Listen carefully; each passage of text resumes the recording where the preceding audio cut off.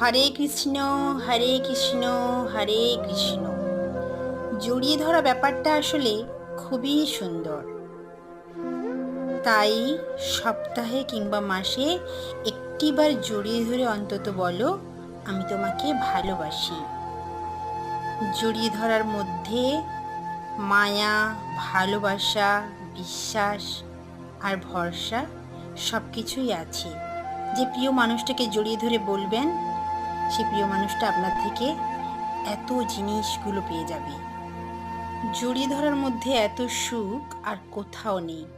জড়িয়ে ধরে কান্না করার মাঝেও অনেক অফুরন্ত আনন্দ আছে।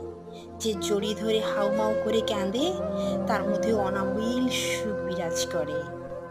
তাই যত চিন্তা থাকুক না কেন, প্রিয় মানুষটাকে জড়িয়ে ধরে বলবেন, আমি তোমাকে ভালোবাসি।